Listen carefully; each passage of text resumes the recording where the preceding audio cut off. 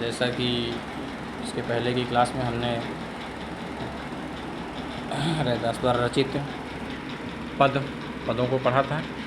आज की हम इस क्लास में एवरेस्ट मेरी शिखर यात्रा लेकर ये बछेंद्री पाल द्वारा रचित पाठ है, एवरेस्ट मेरी शिखर यात्रा, जिसके बारे में हम आप पढ़ेंगे।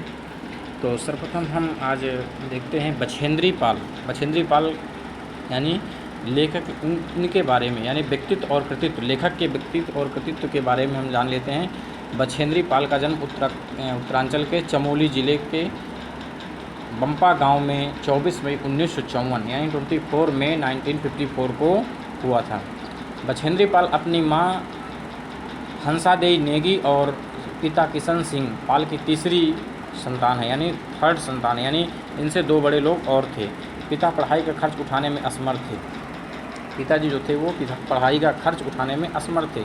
अतः बछेंद्री को 8वीं से आगे पढ़ाई का खर्च सिलाई करके या पढ़ाई करके, यानी स्वयं अर्निंग करके ही आगे वो पढ़ सकती थी। 10वीं पास करने के बाद बछेंद्री पाल के प्रिंसिपल ने उनके पिता को उनके आगे की पढ़ाई के लिए सहमत मतलब एग्री किया। क्यों? क्योंकि उसके पिता के पास इतना पैसा नहीं था कि उसकी पढ़ाई की शिक्षा दीक्षा का वो दे सके, तो उन्होंने उसको सहमत किया। बछेंद्री ने ऐसी विषम परिस्थितियों के बावजूद संस्कृत से एमए मतलब पोस्ट ग्रेजुएट के सब्जेक्ट से, संस्कृत सब्जेक्ट से, और फिर बीएड की शिक्षा हासिल की, यानी बीएड की शिक्षा स्नातक की डिग्री उसने ग्रहण की। लक्ष्य के प्रति इसी समर्पण भाव ने उन्हें एवरेस्ट पर विजय पाने वाली पहली भारतीय पर्वतारोही होने का गौरव दिलाया। पर्वतारोही मतलब होता है पर्वत को चढ़ने वाला, यानी एवरेस्ट जैसे विशाल पर्वत को, ऊंचे पर्वत को सर्वप्रथम किसी महिला ने चढ़ा है तो वो कौन है? बछेंद्री पाल है।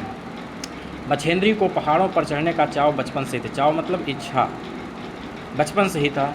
जब इनका बड़ा भाई इन्हें पहाड़ पर चढ़ने से रोकता था और इनसे 6 साल छोटे भाई को पहाड़ पर चढ़ने के लिए उकसाता था मतलब उसको प्रमोट करता, प्रोग्रेस करता, यानी उग्रित करता था, उसको आगे बढ़ाने के लिए करता था।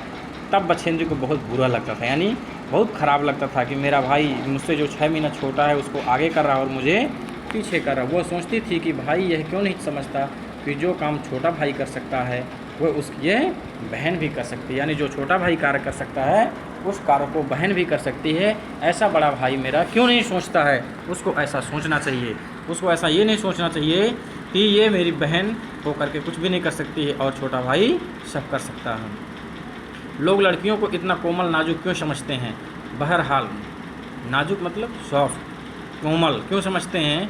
बहरहाल पहाड़ों पर चढ़ने की उनकी इच्छा बचपन में भी पूरी होती रही, यानी बचपन में करते थे। क्यों? क्योंकि उत्तराखंड चमोली पहाड़ी इलाके है ही, तो वहाँ पर उसको चढ़ने के लिए मिलते ही रहे होंगे।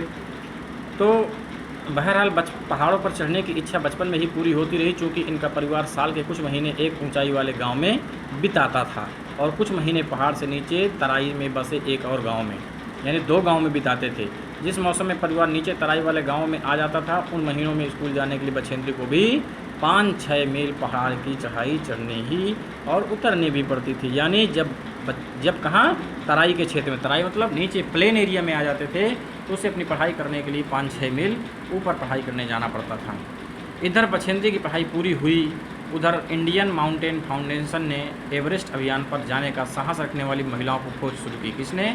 इंडियन माउंटेन फाउंडेशन, एक ये संस्था है। इस संस्था ने जो है क्या किया? एवरेस्ट पर जाने वाले अभियान, मतलब एवरेस्ट को जाने के लिए जो भी तैयार है, साहसी है, पावरफुल महिला है, वो खोज शुरू की।